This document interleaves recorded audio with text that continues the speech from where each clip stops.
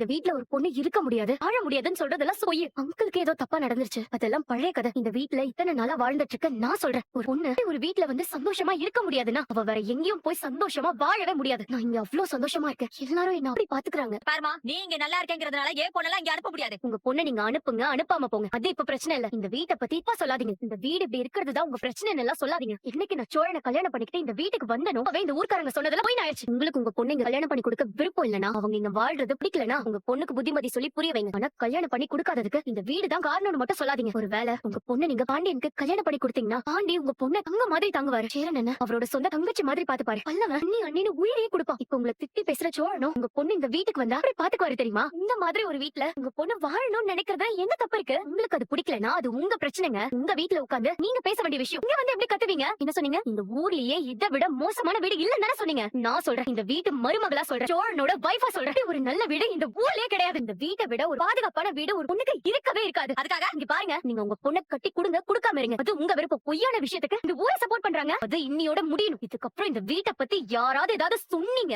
அவ்வளவுதான் சொல்லிட்டேன். முதல்ல இங்க இருந்து கிளம்புங்க, கிளம்புங்க. இதுக்கு மேல எல்லாம் இவங்க இப்படி பேசுறத பார்த்துட்டு சும்மா இருக்க முடியாதுன்னு. நீ யாராவது வரட்டும், உங்களுக்கு இருக்கு. ஐயோ பலவா பாத்தியானே, என் பொண்டாட்டினே ஆலிய போட்டு வந்து எப்படி பேசுனா பாத்தியா? ஐயோ என்னால தரையிலே நிக்க முடியலையே. ஆனா நம்ம வீட்டுக்கு அவங்க வீட்டுக்கு வித்தியாசம் இருக்குன்னு சும்மா கடுப்பேத்த மாதிரி பேசிட்டே இருக்காங்க. நம்ம என்ன அவங்க வீட்டுக்கு போய் பொண்ணா கேட்டோம்? அப்படி போக வேண்டியதானே?